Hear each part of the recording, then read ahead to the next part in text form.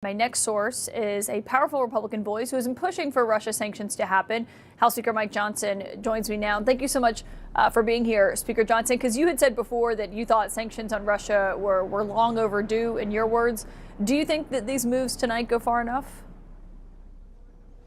Well, it's a very important step. We applaud the president. He's returning peace through strength, and that's a common theme now that we've seen exhibited around the globe, the strength of his personality. You heard the UN Secretary General, who you caught earlier this afternoon. He said in his own words, President Trump is the only figure on the planet strong enough to help bring an end to that war. And you have to compel Russia to engage in the peace process. They've shown they cannot be trusted. There's a big appetite in Congress to have sanctions like this, and I think it's a very important step. And of course, right now we're here on Capitol Hill. The government shutdown is very much still underway.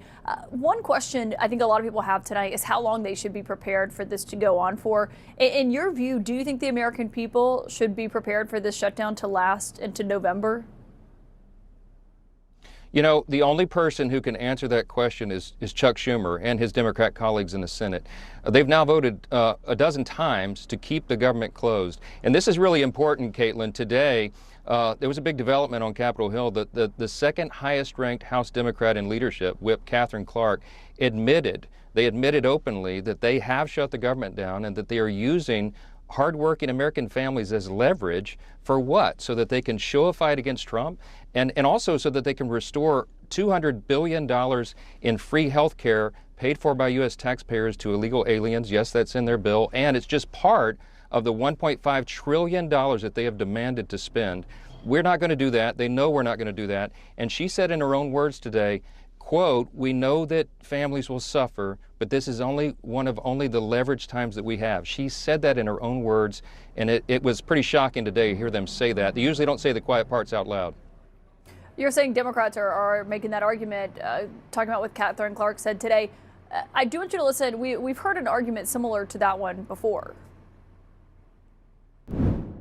Why shouldn't we be trying to force this government shutdown fight to get something out of it that's good for the American people? How else are you going to get moderates to vote for spending cuts if they're not up against the fact that they need to pass these things to get out of a shutdown themselves? A lot of good can come down from shutdowns. That was the president just the other day, but Russ Vought and J.D. Vance before. I mean, some people might look at that and say, well, how is what Democrats are doing now different than what Republicans have argued before? It's very different. Those were different times and different circumstances. Let me explain why. This is the first time in history that any party has chosen to close the government down on a clean CR. In previous shutdown battles, you had a lot of different competing priorities, and you had the party who was engaging in the shutdown making demands and adding their partisan priorities to the CR itself. We didn't do that, Caitlin. We have a totally clean, totally nonpartisan, good faith CR. We passed it 33 days ago, and they have kept the government shut down because they refused to do it. It's the first time this has ever happened in history, and it's very audacious. We don't know when the end of this is. Only the Democrats in the Senate can answer that question. And I pray that there's at least 5 centrist Democrats left who will give up this gambit, do the right thing, and get the government open, because real people really are suffering because of this. Republican Senator Tommy Tuberville said that if he thinks if President Trump got involved here, he could move this. We heard the similar sentiment from Jeff Van Drew, the Republican House member. He said we absolutely need the president involved. If we're hearing Republicans saying that, and even Democrats like Chuck Schumer saying that Trump's got to get involved, shouldn't the president be directly involved here?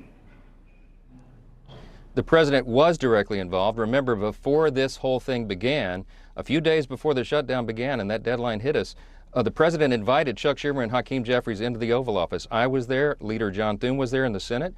And the president tried to negotiate with them. He tried to appeal to their common sense and ask them to do the right thing. And he was rebuffed. So the president has said he's anxious and willing to sit down with them and talk about any issue under the sun, but they have to reopen the government first and not hold the American people hostage. Because, Caitlin, that's what's happening right now. You have troops on the verge of not being paid. You have air traffic controllers who are not being paid, Border Patrol agents, TSA agents. You have nutrition services to people in need. You have Veterans Health Services. All these things are suspended because the Democrats are playing games right now, and it's a really dangerous thing to do. We heard from one of your members today, Marjorie Taylor Greene, who wrote this morning that on y'all's GOP conference call, She said Speaker Johnson said he has ideas and pages of policy, but did not say a single policy plan. She said, I find it unacceptable that Republicans are sitting on the sidelines doing nothing to fix this healthcare disaster that is leading many Americans into financial ruin.